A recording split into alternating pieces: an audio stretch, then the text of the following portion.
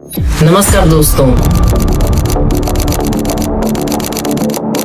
कितनी अजीब बात है, हम न्यूज में सुनते हैं कि इंडिया फास्टेस्ट ग्रोइंग इकोनॉमी है, स्टार्टअप बढ़ रहा है, जीडीपी बढ़ रही है, एक्सपोर्ट बढ़ रहा है, लेकिन इसके बावजूद डॉलर या पाउंड के मुकाबले में रुपया दिन पर दिन गिरता जा रहा है। इकोनॉमी तो बढ़ रही है लेकिन रुपया गिर रहा है। आखिर क्या है इसके पीछे का रीजन, आइए जानते हैं आज की इस वीडियो में।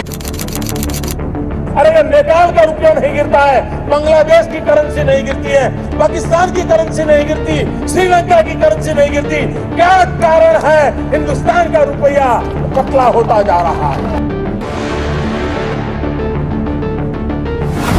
आइए सबसे पहले समझते हैं कि इकोनॉमी ग्रो करने का मतलब क्या होता है। जब किसी देश में ज्यादा फैक्ट्रियां खुलती हैं, ज्यादा लोगों को नौकरियां मिलती हैं और लोग ज्यादा खर्च करते हैं तो सरकार का टैक्स कलेक्शन बढ़ता है, तो इसको हम लोग इकोनॉमी ग्रो हो रही है कह सकते हैं।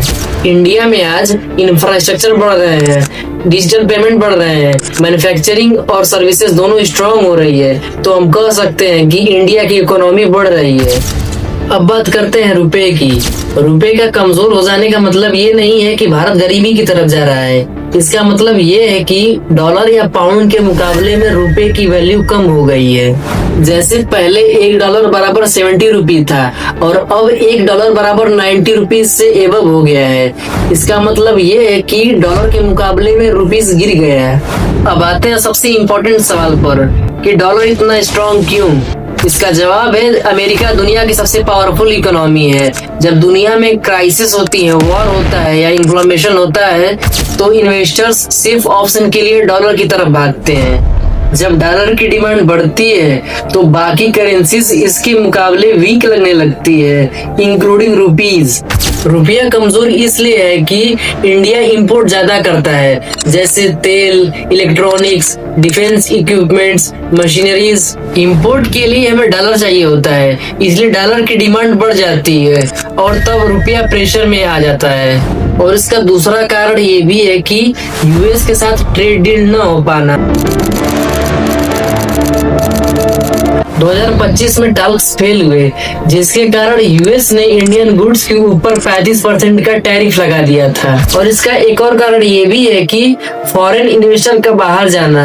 जब इन्वेस्टर को लगता है कि अमेरिका में इंटरेस्ट ज्यादा है या इंडिया में रिस्क बढ़ रहा है, तो वो इंडिया से पैसा निकालकर अमेरिका में इन्वेस्ट कर देता है। पैसे निकालने का मतलब रुपए सेल होता है, डॉलर खरीदा जाता है, इसलिए रुपया और कमजोर हो जाता है। आइए समझते हैं कि इकोनॉमिक ग्रोथ और करेंसी वैल्यू दोनों अलग चीज है। कैसे? ये सबसे इम्पोर्टेंट बात है कि economic growth long term story होती है और currency value short term factor से भी बहुत इम्पैक्ट हो सकती है। इसलिए हो सकता है कि इकोनॉमिक ग्रोथ हो रही हो लेकिन रुपया टेम्परेरली वीक हो। अब जानते हैं कि इसका असर आपकी जिंदगी पर क्या पड़ रहा है। इंपोर्ट्स महंगे हो रहे हैं, पेट्रोल, मेडिसिन, इलेक्ट्रॉनिक्स सब महंगे हो रहे हैं। फॉरेनर ट्रिप, एजुकेशन पर ज्यादा असर पड़ रहा है। ओवरऑल ये इन्फ्लेमेशन को बढ़ा सकता है लेकिन लॉन्ग टर्म में ये इकोनॉमी को कॉम्पिटिटिव बनाएगा।